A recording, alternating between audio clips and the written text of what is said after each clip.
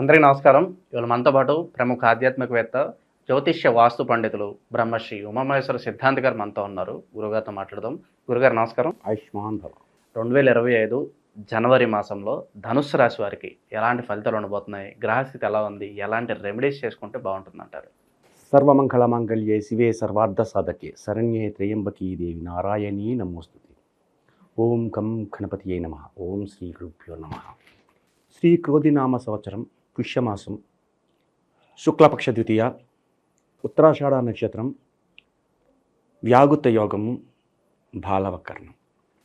తిదివార నక్షత్ర యోగకరణాలు ఈ రకంగా ఉంటే గోచారమయందు గ్రహ సంచారం వృషభ రాశిలో గురుడు, కర్కాటక రాశి యందు కుజుడు, కన్యా రాశి యందు కేతువు, వృశ్చిక రాశి యందు బుధుడు, అటలనే ధనుర్రాశి యందు రవిచంద్రులు, కుంభరాశి యందు శుక్ర శనులు, మీనరాశి యందు రాహు.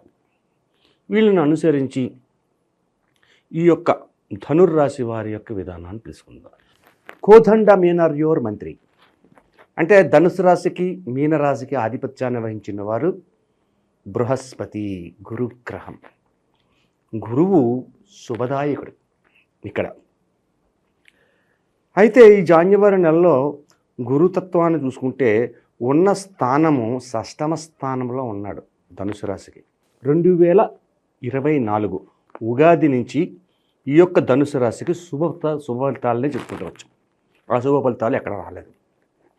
యోగదాయకంగా ఉంది. అయితే ఇప్పుడు కొన్ని అశుభదాయకమైన ఫలితాలు చెప్పుకోవాలి. మూల పూర్వాషాఢ ఉత్తరాషాఢ ఒకటో పాదం ఇందులో ఉన్నది. మూలా నక్షత్రానికి సంబంధించిన ధనుర్రాశి ఫలితాలు తీసుకుంటే అశుభదాయకమైన ఫలితాలు వస్తున్నాయి. తర్వాత ఉన్న 5 నక్షత్రాలు 5 పాదాలు పూర్వాషాఢ ఉత్తరాషాఢ ఈ నక్షత్రాల్లో ఉన్న వారికి శుభదాయకమైన ఫలితాలు ఉన్నాయి. మూలా నక్షత్రంలో ఉన్న వారికి ఉన్న విధానానికి ఎందుకు వచ్చిందండి? ఉన్న వాళ్ళకి బాగున్నది కదా. మూలా నక్షత్ర జాతకంలో ఉన్న వారికి ఎందువల్ల రావాల్సి వచ్చింది అంటే శుభదాయకమైన ఫలితములు కలుగటలేదు. అంటే శని దృష్టి వక్ర దృష్టి కూడా లేదు, ఎవరి దృష్టి లేకుండా ఉన్నారు.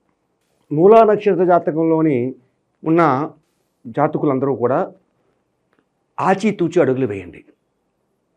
ఆచితూచి అడుగులు వేయాలి. తొందరపాటు నిర్ణయాలు తీసుకోకూడదు. ప్రతి వ్యక్తిని గుడ్డిగా నమ్మి మోసపోకుండా తనను తాను మాత్రమే నియంత్రణ చేసుకోవాలి. పూర్వాషాఢ ఉత్తరాషాఢ నక్షత్రాల్లో ఉన్నవారి విధానాలు చూసుకుంటే శుభదాయకమైన ఫలితాలే ఉన్నాయి. అంటే శుభదాయకమైన ఫలితాలు ఉన్నాయంటే అనుకున్న దాన్ని మీకేమీ కోకులుగా చేతికొచ్చేస్తుంది పడిపోతుందని చెప్పుకోక్కర్లేదు. ఇక్కడ ఉత్తిని వచ్చేసేది లేదు. కనకవర్షం కురిసేస్తుందిరా అంటాడు. కనకవర్షం కురిసేస్తుంటే బంగారు కాసులు వచ్చి నెత్తిమీద పడిపోతున్నాయా? అదేం కాదు. వీళ్ళు చేసే పనిలో మీరు ఏ వృత్తి చేస్తున్నారో, ఏ ఉద్యోగం చేస్తున్నారో అది అనుకూలవంతమైన ఫలితాలు ఇస్తున్న ఫలితం పొందుతున్నారు. కనకవర్షం వచ్చేస్తుందంటే ఎవరు ఇచ్చేస్తారు? చాలామంది ఈ రాశుల్లో ఉన్న వారికి మీకు ఒక స్త్రీ వస్తుంది, ఆ స్త్రీ వల్ల లక్షలు వచ్చేస్తే కోట్లు సంపాదించేస్తున్నారు అని చెప్పి వాళ్ళు చాలామంది ఉన్నారు. అవన్నీ నిజాలు కావు. ఏ స్త్రీ రాదు. ఏ వ్యక్తి తన జేబులో డబ్బులు తీసుకుని ఇగో తీసేసుకొని చెప్పేసి మీకు ఇచ్చేయడు. కష్టపడ్డ వాడికే ఎంతైతే కష్టపడ్డా అంతే ఫలితం వస్తుంది. పరస్త్రీ వల్ల నష్టాలే కానీ లాభాలు ఉండవంటారు. ఎందుకు వస్తుంది? చాలామంది చెప్తున్నది వింటున్నా నేను. ఒక స్త్రీ వస్తుంది మీ జాతకంలోకి, ఇంకేముంది మీకు కోట్లు ఇచ్చేస్తారు. ఆ కోట్లు ఎందుకు ఇచ్చేస్తుంది? కోట్లు ఆవిడకి ఎక్కువైపోయినాయా? ఏ స్త్రీ రాదు, ఏ కోట్లు రావు. మనం కష్టపడి మనం పని చేసుకోవాలి. న్యాయమైన సంపాదన సంపాదించుకోవాలి. న్యాయమైన బ్రతుకును బతకాలి. అటువంటి ఫలితాలు ఈ యొక్క ధనుర్రాశి వారికి శుభదాయకమైన ఫలితాలు ఇస్తున్నాయి. విద్యార్థులకి ఉద్యోగస్తులకు ఎలా ఉండబోతుంది గురుగారు? వీళ్ళు అనుకున్న పనులు సాధించగలుగుతున్నారు. ఉద్యోగస్తులు అనుకున్న పనులు సాధిస్తున్నారు. విద్యార్థులు కూడా అనుకున్న పనులు సాధిస్తారు. అలాగే ఇందాక మనం ఒక రాశిలోని కొన్ని ఫలితాలు చెప్పుకున్నాం. ప్రేమతత్వ విధానంలోకి వెళ్తే నష్టపోతున్నారు అన్నాం. అదే పరిస్థితి వీళ్ళకి కూడా ఉంది. ప్రేమ విధానాల్లోకి వెళ్ళకూడదు. ఈ యొక్క మాసంలో పుష్యమాసం అంటే అర్థం ఏంటింది? పుష్యమి నక్షత్రానికి అధిపతి ఎవరు? శని భగవానుడు అయ్యాడు. శని ఒప్పుకోడు. కాబట్టి ప్రేమికులు అనేది పక్కనట్టండి. రైతులకి మహిళలకి ఎలా ఉండబోతుంది గురుగారు ఈ మాసం? ధనుర్రాశి వారు మహిళలు తెలివైన వారు, పొదుపైన వారు, పొదుపైన వారు. అయితే పిసినారులు కూడా. పొదుపు అంటే పిసినారు తత్వమే. వదినా నీ దగ్గర 1000 రూపాయలు, అయ్యో గంట క్రితం ఖర్చు అయిపోయింది, ఇలా చెప్తారు. కానీ 10,000 ఉన్నాయి, 1000 ఇవ్వమని అడుగుతున్నారు, అర్థమైపోయింది. కాబట్టి తప్పించుకుంటారు చాలా విధానంగా. అలాగే వీళ్ళు చెయ్యాలనుకున్న పనిని సంపూర్తిగా చేసేస్తారు మహిళలు. ఏదైనా సరే ముందుగా మాట ఇచ్చారు, ఎందుకైనా మంచిది ఏమో తర్వాత ఇద్దాం అని ఆగి ఆలోచిస్తారు. అటువంటి విధానంగా మహిళ వాళ్ళు ఉన్నారు. ఇందులోని మూల, పూర్వాషాఢ, ఉత్తరాషాఢ ఈ యొక్క 9 పాదాలు కూడా అదే రకంగా ఉన్నారు మహిళలు. ఆరోగ్యపరంగా ఎలా ఉండబోతుంది గురుగారు ఈ మాసంలో? ఈ మాసంలోనేటి మళ్ళీ ఉగాది వరకు కూడా వీళ్ళ యొక్క గత యుగాది కాడి నుంచి మళ్ళీ ఉగాది వరకు కూడా ఆరోగ్యపరమైన పరిస్థితుల్లో ఏ విధమైన నష్టాలు కానీ కష్టాలు కానీ లేవు. కానీ ఒకటి ఏంటంటే, ఎవరినైనా అధికంగా నమ్మి వారి మాటలకి లోబడిపోయి ఉన్నదాన్ని చేజార్చుకుంటే మళ్ళీ దగ్గర రాదు ఈ రాశి వారికి. వీళ్ళకి పార్ట్నర్షిప్ బిజినెస్లు కలిసి వస్తాయా? అలాగే పెట్టుబడులు పెట్టాలంటే ఏ రంగాలు సూచిస్తారు? ఇప్పుడు ఈ మాసంలో ఈ రాశి వారు ఏ ఒక్క బిజినెస్ కొత్తది కానీ చెయ్యరు, పాతదాన్నే కంటిన్యూ చేస్తారు. కొత్తగా ఏది చేయడానికి అవకాశం లేదు. ఫిబ్రవరి నెల రావాలి. ఈ యొక్క జాన్యువరి వెళ్ళిన తర్వాత ఫిబ్రవరి మాసంలోనే వీళ్ళకి వేరే గ్రహ సంచారం వల్ల వేరే బిజినెస్లు, వేరే ఏర్పాట్లు వస్తాయి. ఆకస్మిక ధనలాభం కావచ్చు, ఇంకా అనుకోని ప్రయాణాలు కావచ్చు, ఇవి ఏమైనా కనిపిస్తున్నాయా ఈ మాసం? ఈ మాసంలో అనుకోని ప్రయాణాలు ఏమున్నాయి? పెళ్ళిళ్ళకే లేవు.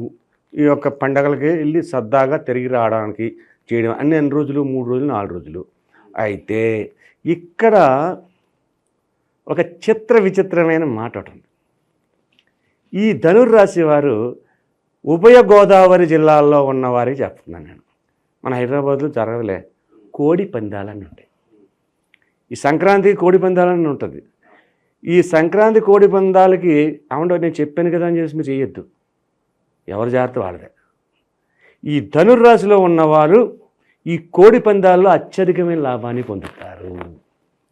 ధనుర్రాశిలో ఉన్నవారు కోడి పందాల్లో అంటే ఒక లాటరీ టైప్ అది, అధికమైన లాభాలు పొందుతారు.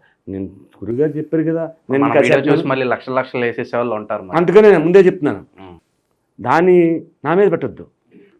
ఈ రాశుల్లో ఉన్న వారికి కొంతమందికి లాభదాయకమైన ఫలితాలు ఉన్నాయి అని మాత్రం చెప్తున్నారు. సో కొంచెం ఆచూతూచి పెట్టుకుంటే బెటర్.